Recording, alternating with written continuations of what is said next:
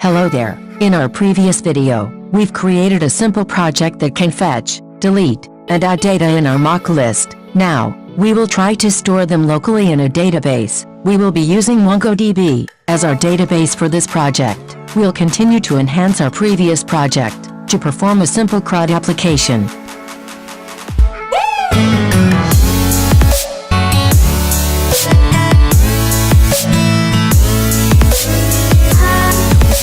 Firstly, we need to start our MongoDB locally by typing in the terminal sudo mongod. For Windows users, you can just simply Google on how to start your MongoDB locally. You should see this message at the bottom. That will tell us that MongoDB is now running in the background.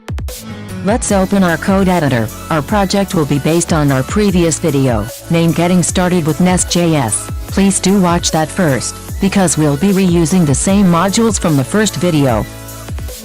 Now, let's go and run our project.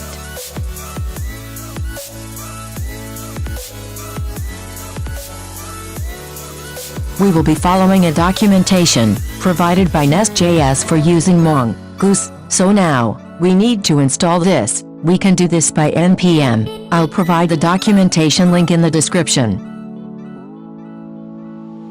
After installation has been completed, let's go to our root module or application module. Let's add a Mongoose module. To connect to our local database, we'll use the forRoot method, and the name for our local database will be movie project. The forRoot method is just saying we're going to connect to this database.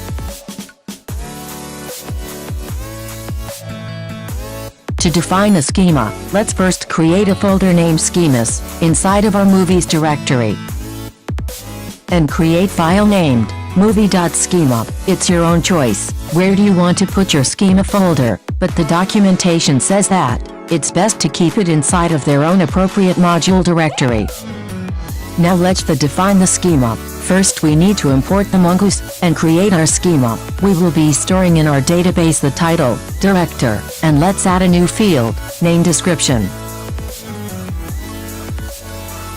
To use our schema to our module, let's go to the movies module, call again the Mongoose model and the newly created schema. To register our schema, let's put it inside the imports. The forFeature method will register our schema, so let's name our model to be movie and schema will be the movie schema.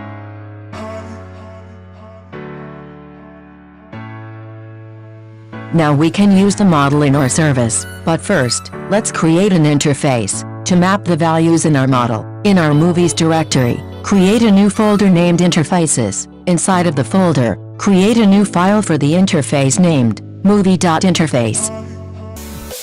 The interface will help us to map the values in our model. As declared in our previous schema, will indicate the title, director and description for the movie. Now we can inject the model to our service. Go to the movie service file, add the Mongoose model and we'll add also the inject model. Don't forget to add the movie interface that we created earlier to properly map the values to our model. We'll use the inject model decorator inside of our constructor to call our movie model.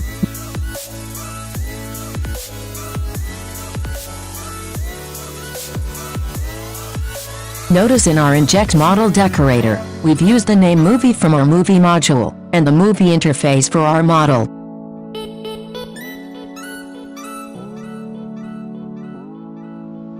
Let's try to test our MongoDB integration by pushing a new value to our local database. Firstly, we need to refactor our old DTO that we used in our previous video. If you don't have an idea what is a DTO or data transfer object, basically it's like telling what are the data that we are sending to the network.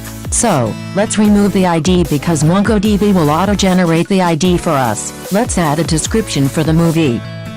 Now, let's get back to our movie service. Let's call our DTO first. Refactor our old addMovie function to be an async function, and it will also accept the value from the request.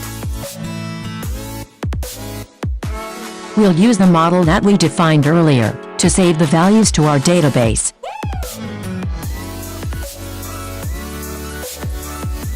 We should also refactor our movie controller. Let's have a response That will tell us that a movie has been successfully saved to our local database. Add a response decorator inside of our function to display the status message and the added movie. So, let's test our request by using the Postman application.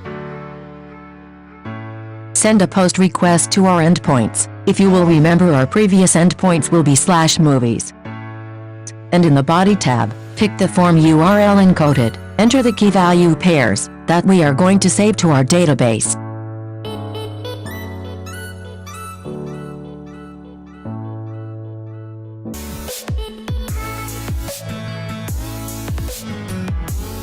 Click the Send button to send the request. It should display the response that we indicated earlier.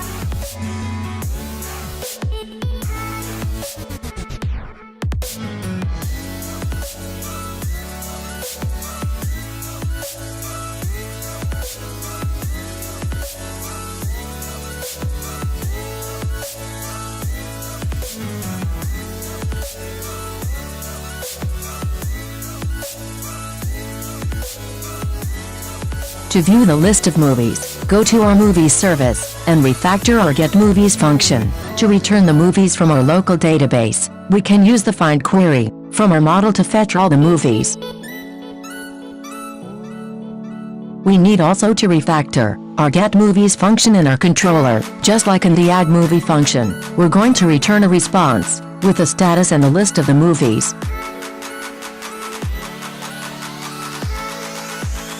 To test, get back to our Postman application. Let's create a new get request from the /movies endpoint. It should display the list of movies that we added earlier.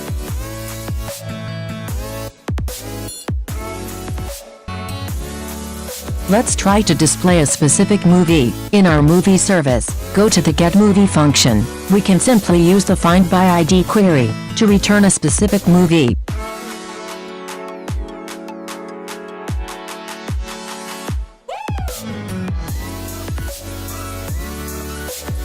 Let's refactor also our getMovie function in our movies controller to return the response from the fetched movie.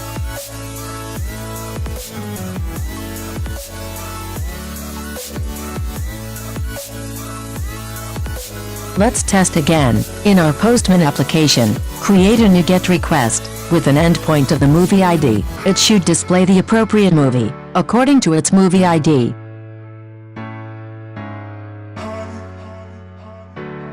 What if we tried an invalid movie ID?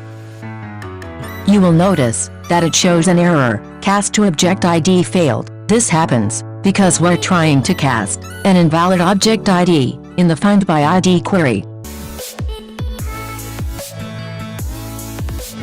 To solve the problem, we need to create a pipe that will validate the movie ID. NestJS provides some built-in pipes that we can use, but we'll try to create one to further understand. First, we need to create a new folder named Shared under the source directory. Inside the shared folder, let's have another folder named Pipes that will hold all of our pipe files. Create a new file named validate object id.pipe. Inside of our validate object ID pipe, we'll be importing the pipe transform injectable argument metadata. We're going to use the injectable decorator to help us inject our pipe to a service. Let's export this class named validate object ID and implement a pipe transform because we're going to accept a string value. That's why we put a string inside of the pipe transform. Inside of the class, let's have an async function named transform. The function will have value and metadata parameters. So the value is the input that we're going to pass in our pipe, and the metadata is the metadata of the value. Maybe in the future we'll have a video that will discuss more about the validation pipes. Let's try first to log the value so that you will have an idea. Get back to our controller, and let's test our pipe. First, we need to import the validate object ID from its folder path. Now in the getMovie function, we just need to add the validate object ID class inside of the param decorator. Now, let's test again in Postman. It should log the ID.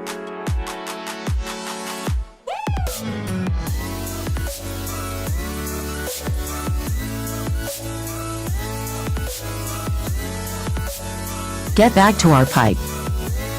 We'll use Mongoose to help us to determine if it is a valid or an invalid object ID.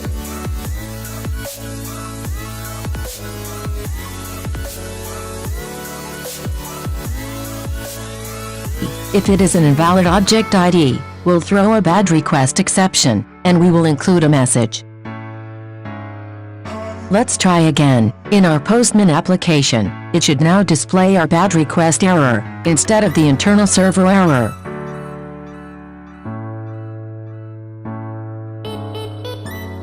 So you will still notice that our getMovie function is still incomplete. What if we tried to have a valid ID, but it is not recorded in our database? It will return a null value.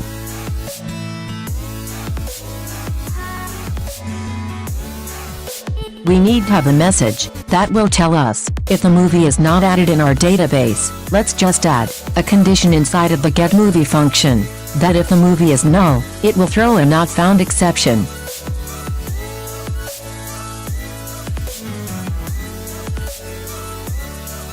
Now, let's test our getMovie function, and it should display the proper messages.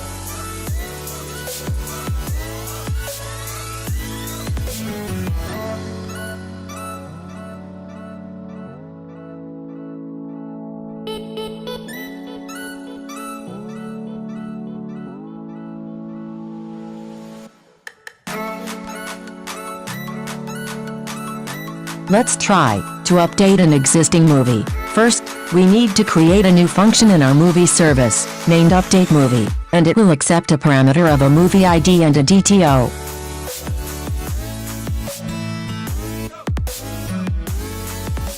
We'll use the query, find by ID and update. It will accept the movie ID, and the changes that needed to be made. Also, let's have an option that will return the updated version, instead of the pre-updated. In the controller, let's make a new function that will update a movie. First, we need to have a put decorator, and under the decorator create a new function named updateMovie. It will have a parameter of response, and a query decorator to fetch the query strings. We need to add also the validation pipe that we created. Lastly, we need to have the body decorator to fetch the request. Make a variable named updatedMovie, and have it hold the service that will update the movie. We need also to determine if the movies exist. Let's return a response to check the process.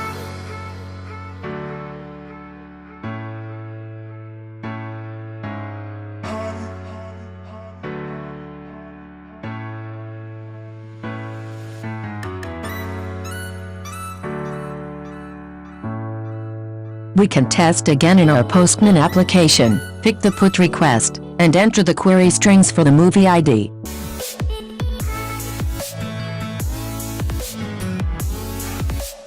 The body will be form URL encoded, and enter the key value pair that you want to update. Click the send button. It should display the response and error messages.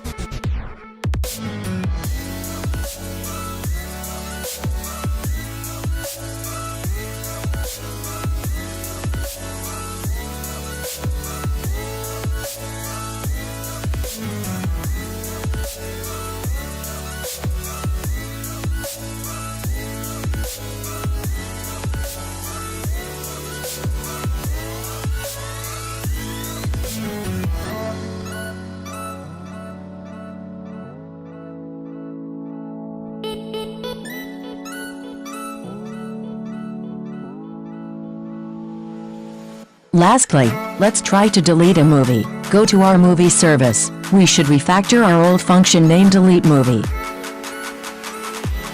Let's have a query, find by ID and remove, and pass inside the movie ID that we want to delete. For the controller, in the deleteMovie function, let's add a response decorator, and add the validation pipe inside of the query decorator. Have a variable named deleteDMovie that will hold the service. Let's return the response.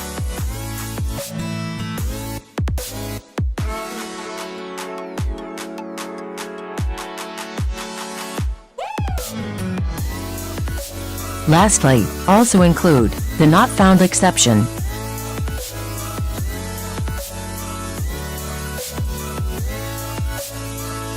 Let's test our delete request to Postman. Pick the delete request, enter the URL, and the query strings. It should display the response if we deleted a movie.